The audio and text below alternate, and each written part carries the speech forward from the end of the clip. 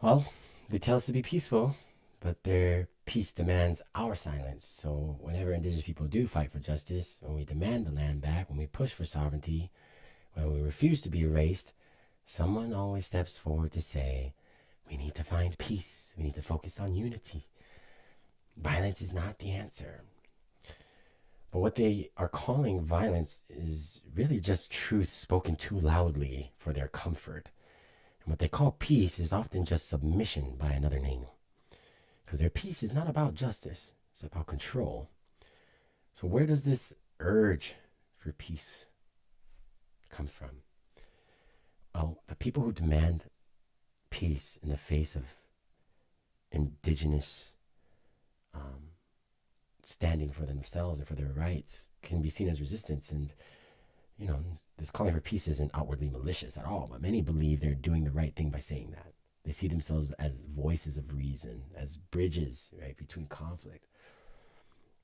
So there's this urge that shows up to do that. And where does that come from? And I think it's really like the fear of disruption, because most people, especially those in positions of comfort, fear the disruption more than they fear injustice, because they have been raised in the system that rewards compliance, that teaches them that conflict is inherently bad, and that maintaining the order is more important than addressing why the order exists in the first place.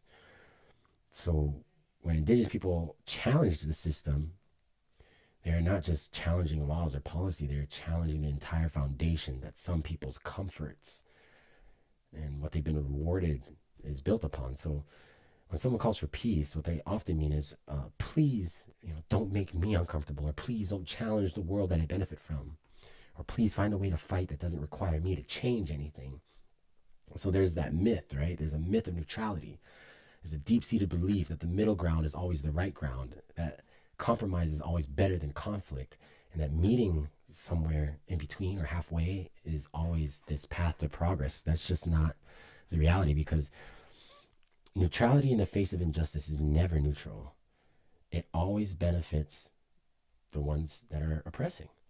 So when Indigenous people rise up and demand change or even express that anger, they're told you're being too extreme, or you need to, meet people where they are, because change takes time. And I understand all of that. I agree with a lot of those things, right? Because change does take time.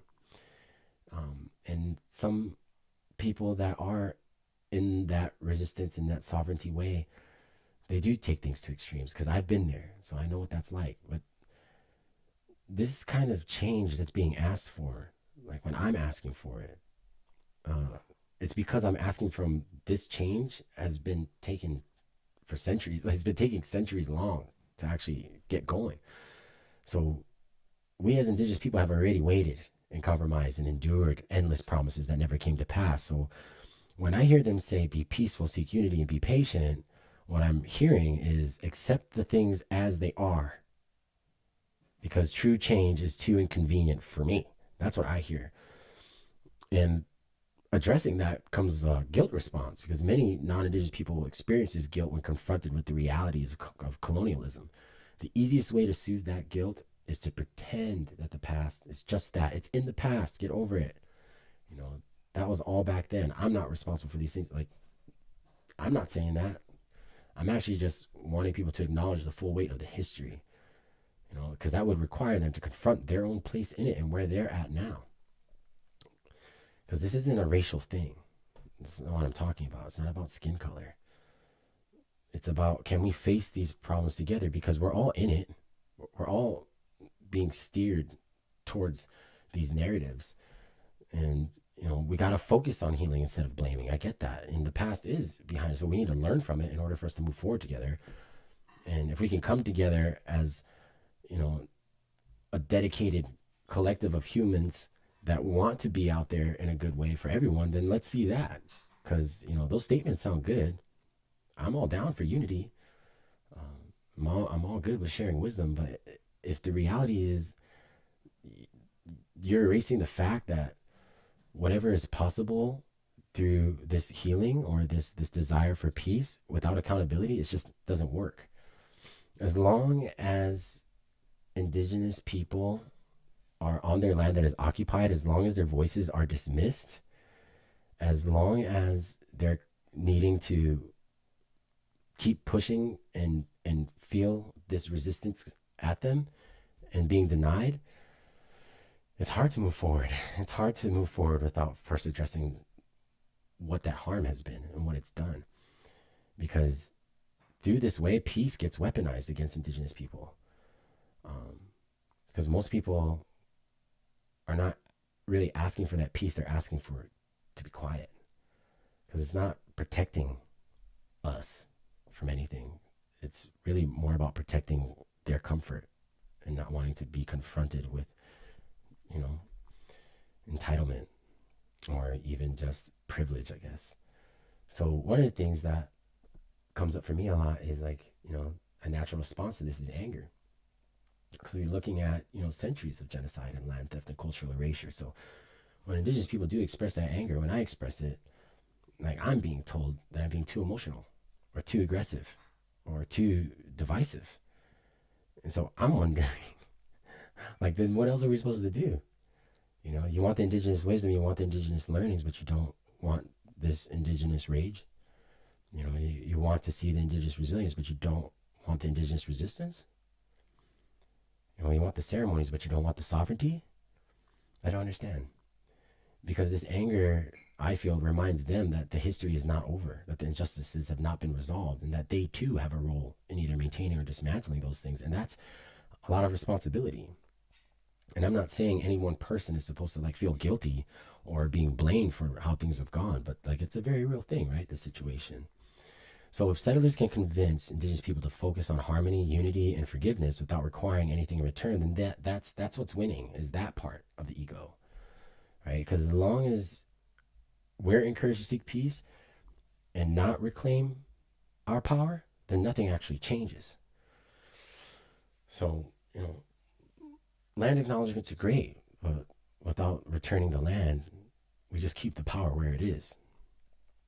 Without some kind of collaboration with people to have Indigenous representation and autonomy, without that, then the power just keeps staying where it is. Because this isn't about, like I said, races. It's really about the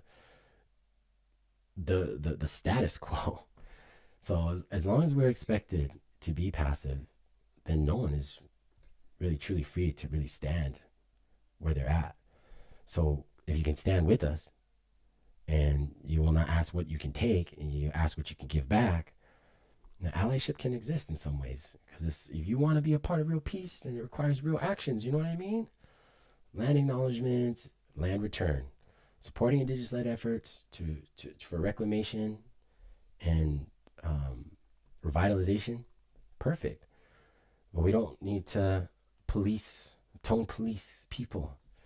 We don't need to tell Indigenous peoples to be less angry or more diplomatic in their fight for justice. If the truth makes you uncomfortable, then you need to ask yourself why.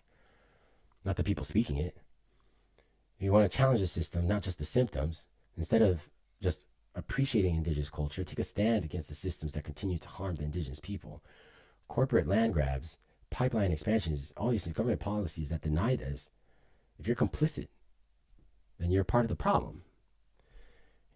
Because we need to decentralize things. We need to stop centering this idea that somehow all this progress we've made is good for everyone, because it's not. We need to uplift Indigenous voices and start to put in projects that help fund Indigenous-led initiatives, support Indigenous-owned businesses, and share Indigenous perspectives without diluting them.